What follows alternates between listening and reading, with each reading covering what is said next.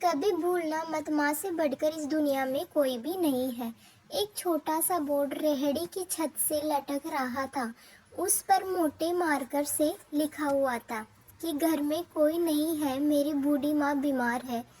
मुझे थोड़ी थोड़ी देर में उन्हें खाना, दवा और टॉयलेट कराने के लिए घर से जाना पड़ता है। अगर आपको जल्दी है तो अपनी मर्जी से फल तोल ले और पैसे कोने पर गत्ते के नीचे रख दे। साथ ही रेट भी लिखे हुए हैं।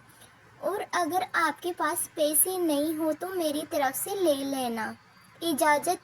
मैंने इधर उधर देखा, पास पड़े तराजू में 2 किलो सेब तोले, दर्जन भर केले लिए, बैग में डाले, प्राइज लिस्ट से कीमत देखी, पैसे निकालकर गत्ते को उठाया। वहाँ 100, 50 और 10-10 के नोट पड़े थे। मैंने भी पैसे उसमें रख कर उसे ढक दिया। बैग उठाया और अपने फ्लैट पे आ गया।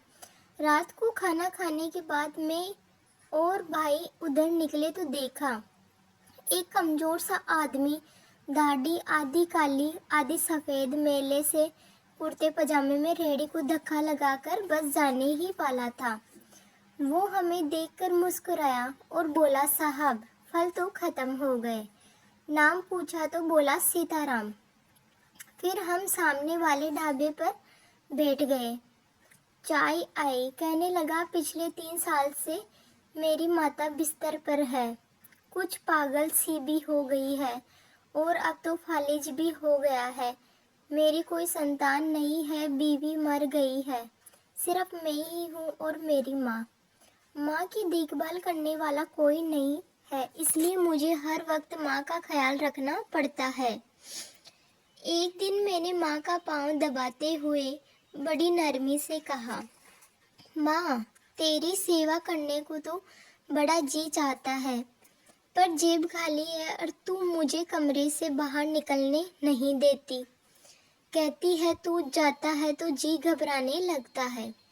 तू ही बता मैं क्या करूं? अब क्या गले से खाना उतरेगा, न मेरे पास कोई जमा पूंजी है। ये सुनकर माँ ने हाँफते काँपते उठने की कोशिश की। मैंने तकिए की टेक लगवाई। उन्होंने झुर्रियों वाला चेहरा उठाया, अपने कमज़ोर हाथों को ऊपर उठाया, मन ही मन राम जी की स्तुति की, फिर बोली, तू रेहड़ी वहीं छोड़ आया कर। हमारी किस्मत हमें इसी कमरे में बैठकर मिलेगा। मैंने कहा, माँ क्या बात करती हो?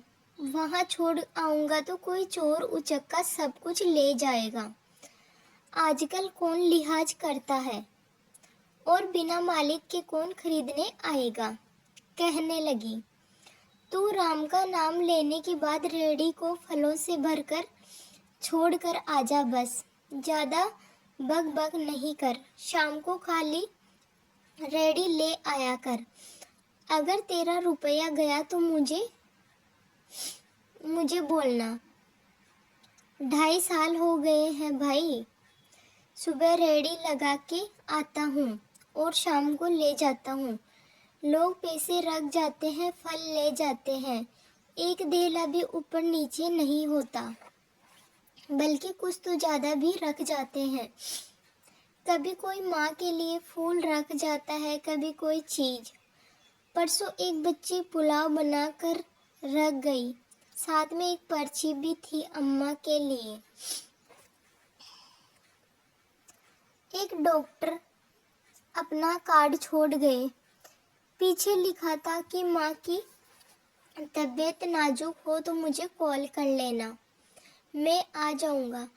कोई खजूर रख जाता है, रोज़ाना कुछ न कुछ मेरे हक के साथ मौजूद होता है।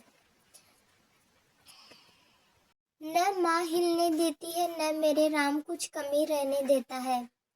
माँ कहती है, तेरा फल मेरा राम अपने फरिश्तों से बिकवा देता है।